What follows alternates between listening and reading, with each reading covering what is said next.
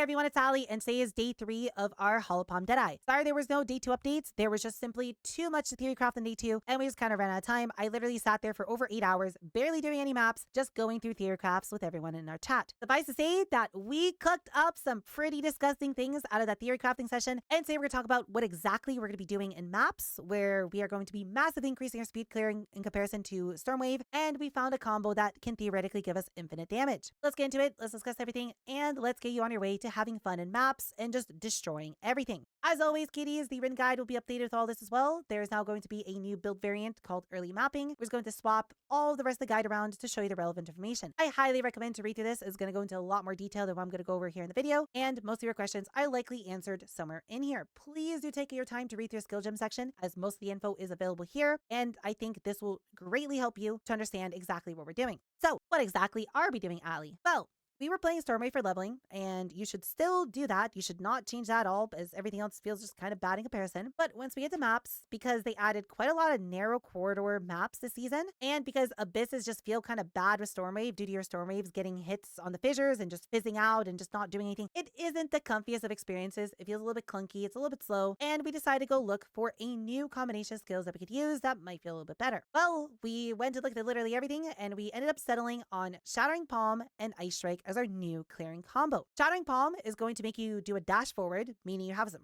pretty damn good mobility now, and it's going to do an expanding circle that's going to apply ice crystals onto everything, which you could then hit those monsters to explode them to do damage. We're going to follow that up by pressing a few ice strikes, which will detonate the crystals, freeze the enemy, trigger turtle device, and basically just make everything go boom. This is a very fast combo that feels amazing, but the one thing about this is that you are going to need a little bit of gear to make this feel good, and you can't just immediately swap to it, which is why I'm saying to wait until maps. Once you get to maps, your first goal is going to be to just go spend your 5-10 exalted / chaos orbs on buying yourself some upgrades, and with just that, you're going to find significantly better gear than what you likely have on, and that'll be more than enough to make everything feel comfortable. In the equipment section, there will be links for all this, so you just simply go through those and find yourself some items, and just do your best to budget everything based on what I'm about to tell you. On our helmets, we're going to want to specifically find ourselves a raw energy shield base. Just try to get as much ES as possible, get a little bit of res if you can, but the ES number is all we really care about. We are going to get pure ES here and not a hybrid base or an evasion base because of Subterfuge Mask, giving us a lot of free evasion, which is not going to count for Palm, but it's overall worth playing for, and we need quite a lot of crit chance for Shattering Palm to feel good, so we do need some pure ES bases to start with, although this is likely going to change once we push further into the build. You're going to do the same thing for your boots. Just get yourself a pure ES pair of boots, try to get movement speed on them if possible. If not, that's okay. I literally played up until level 80 with no movement speed on my boots, and it was completely okay.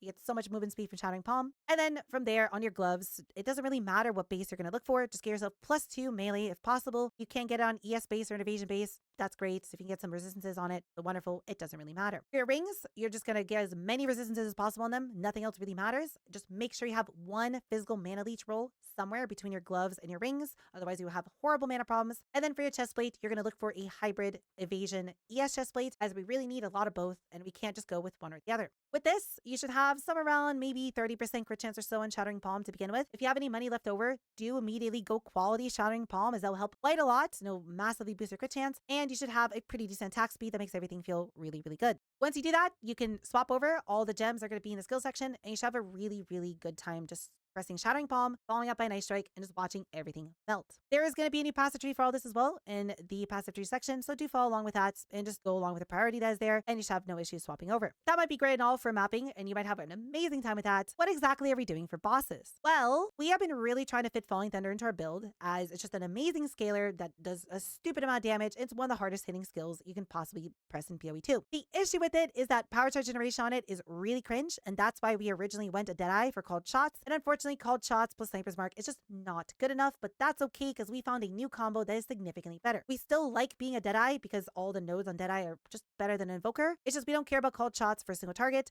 but we can now just slap on a freezing mark in it and just have even better clear. What we're now going to be doing with Falling Thunder is we're going to be abusing Culmination 2 and Alethea's Chimes. Culmination is going to turn Falling Thunder to combo skill, and for every combo you generate, when you press it, it's going to just do 3% more damage. At the same time, Chimes is going to be a really new broken way for you to be able to generate power charges, allowing Falling Thunder to do its full potential. Falling Thunder is a really garbage skill without power charges, but then it gains 3 additional projectiles, which can shotgun per power charge you consume, along with 100% more damage if you consume a power charge, and an additional 50% per. With this, and with it being qualityed, you can easily get 450% more damage per Falling Thunder that you do, and yeah, it just one-shots bosses, and does some very disgusting damage. I'm pretty sure with endgame gear, we're even going to be able to one-shot pinnacles, but let's see when we get there. But it is looking good for us to actually be able to do that with this build. So to generate those power charges, we are now going to be using Elithi's Chimes. This is then going to take all that combo that you're generating for culmination, and for every combo consumed, you're going to get a 10% chance for a power charge, which can go over 100%. With us running Serpent's Egg, that means we just want to get to 30 combo, press the button, it's going to generate 3 power charges, double to 6, and the cool thing about this is that they're generated before the skill goes off, meaning Falling Thunder can consume the power charges that it generates for itself, getting 450% more damage.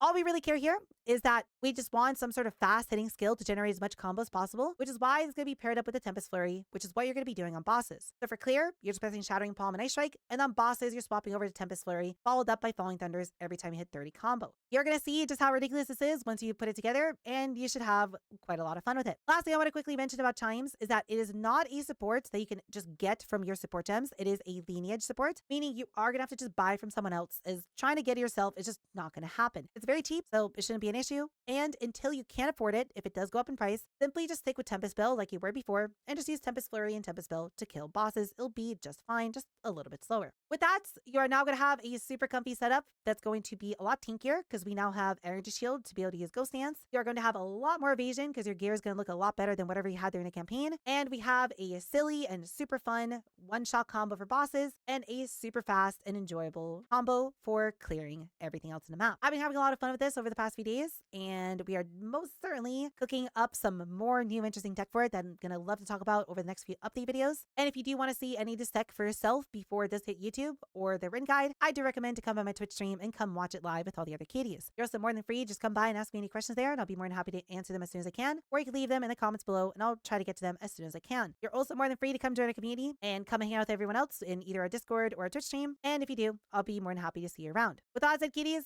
enjoy your new mapping experience, and I hope to see you all in the next video.